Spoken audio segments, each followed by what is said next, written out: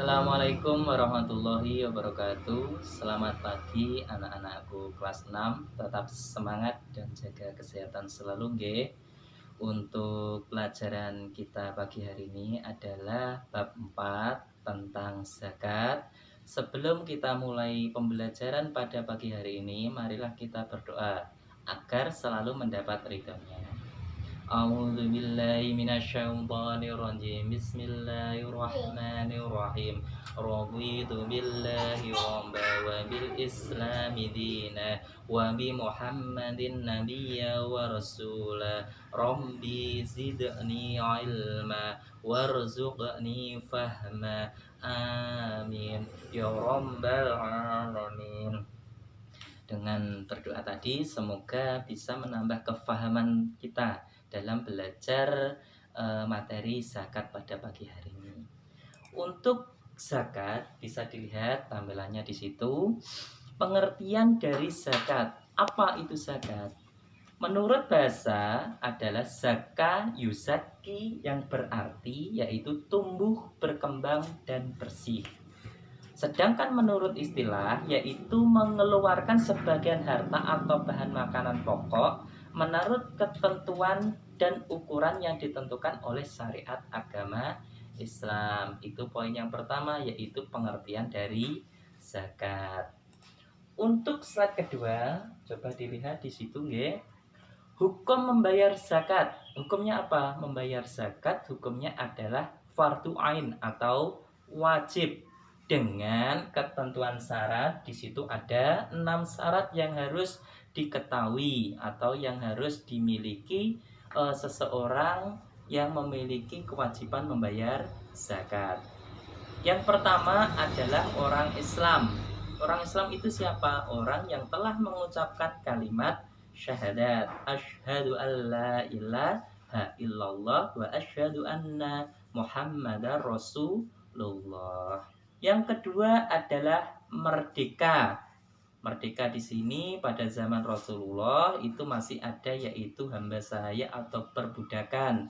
Tetapi untuk saat ini insya Allah semua orang Islam itu sudah merdeka, sudah mandiri. Yang ketiga adalah berakal. Jadi orang tersebut tidak orang gila. Orang gila tidak wajib mengeluarkan zakat. Yang keempat adalah balik. Usianya sudah dewasa, wis ngerti barang apik, wis ngerti barang elek. Yang kelima adalah sudah mencapai nisab. Nisab itu apa? Nisab adalah hitungan minimal suatu barang atau suatu harta benda itu wajib dizakati. Nanti ada keterangannya di bawahnya. Yang keenam adalah haul. Haul itu adalah sudah mencapai 1 tahun. Yang dihitung adalah dari hitungan bulan atau tahun Hijriah, bukan tahun Masehi. Yang selanjutnya di situ adalah macam-macam zakat. Secara garis besar ada 2, yaitu zakat fitrah dan zakat mal.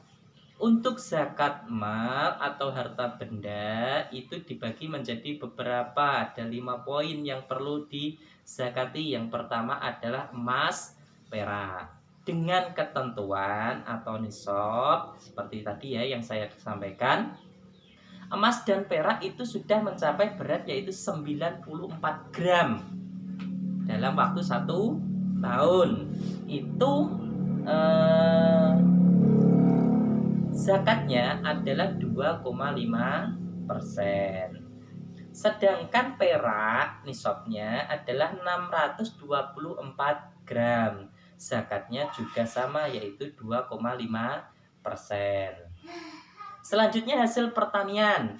Hasil pertanian itu banyak sekali ya, mulai dari bahan makanan pokok seperti padi, jagung, gandum, ataupun bahan dari perkebunan seperti buah-buahan, jeruk, apel, ataupun yang lain. Itu apabila dialiri oleh air hujan secara alami, maka zakatnya adalah 10%.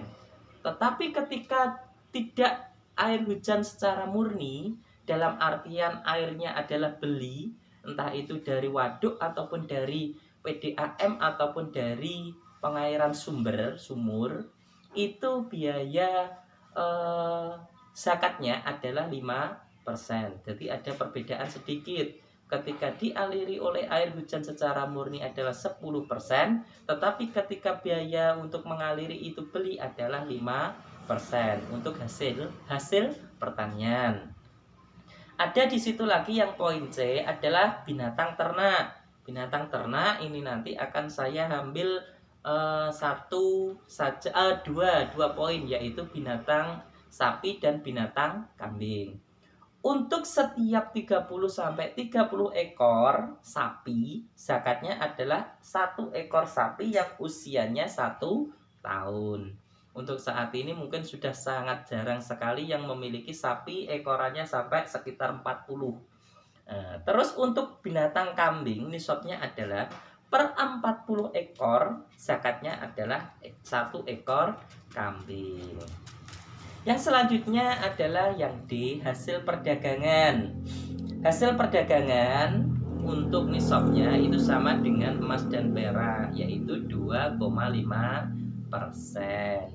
Untuk hasil temuan atau rikas, atau kalian lebih mengenalnya yaitu dengan harta karun. Nah, zaman dulu terkenal dengan harta karun. Nisabnya adalah 20%.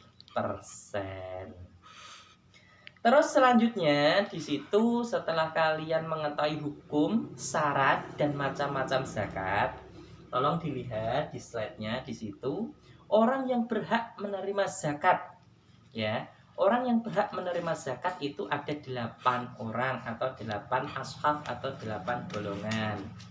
Di situ orang yang mengeluarkan zakat disebut muzaki, sedangkan orang yang mendapatkan atau menerima zakat adalah mustahik, orang yang berhak menerima zakat.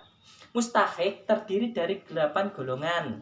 Yang pertama adalah orang fakir. Orang fakir itu yang bagaimana?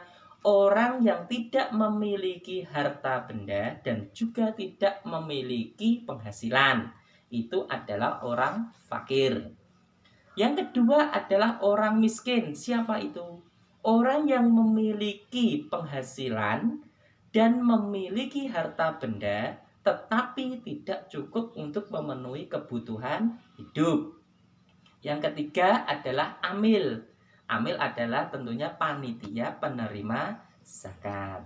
Yang keempat, mu'alaf, yaitu siapa? Orang yang baru masuk Islam. Ini bukan anak bayi atau balita ya, dalam artian orang dewasa yang dulunya adalah agama selain Islam, Kristen, Katolik, Hindu ataupun apa, baru mengucapkan kalimat syahadat dan baru masuk Islam. Itu yang disebut mu'alaf.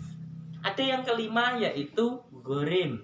Siapa itu ghorim? Ghorim adalah orang yang banyak hutang atau orang yang berhutang atau orang yang memiliki hutang. Yang keenam adalah fisabilillah. Fisabilillah itu adalah orang yang berjalan atau orang yang berjuang di jalannya Allah. Contohnya mungkin ustadz, ustazah, guru-guru ngaji. Beliau tanpa dibayar tetap memperjuangkan menegakkan ajaran agama Islam. Beliaulah adalah fisabilillah. Yang ketujuh adalah riqab atau budak atau hamba sahaya. Ini adanya ketika zamannya Rasulullah Shallallahu Alaihi Wasallam. Untuk saat ini, untuk budak atau hamba sahaya saya kira tidak ada. Semuanya sudah merdeka. Untuk yang ke-8, ibnu sabil atau orang yang dalam perjalanan. Ini pun juga berhak menerima zakat. Selanjutnya dilihat hikmah berzakat. Di situ ada 8. Yang pertama, sebagai wujud rasa syukur kepada Allah Subhanahu wa Ta'ala akan limpahan rahmat yang telah diberikan kepada kita. Yang kedua, menghilangkan sifat kikir. Yang ketiga, mendidik berjiwa sosial karena peduli kepada sesama. Yang keempat, tentunya membersihkan diri karena zakat fitrah itu adalah zakat untuk mensucikan diri. Yang kelima, mencukupi kebutuhan mustahik. Orang yang menerima zakat tentunya akan terbantu sekali kebutuhannya akan zakat yang diterimanya. Yang keenam adalah memberi kebahagiaan pada mustahik. Yang ketujuh, menghilangkan sifat iri dan dengki. Yang kedelapan adalah mempererat hubungan silaturahmi. Nah, itulah pengertian dari zakat mulai dari awal sampai akhir pembahasan. Saya yakin kalian bisa, oke? Tetap semangat. Di akhir pertemuan, tolong dilihat di situ ada tugas, tugasnya ada 5. Tolong nanti dikerjakan dan tugas kalian nanti diberikan kepada Bapak Ibu guru. Akhirnya untuk hari ini saya akhiri. Tetap semangat, jaga kesehatan dan jaga prokes selalu. Akhiran bila taufik walhidayah. Wassalamualaikum warahmatullahi wabarakatuh.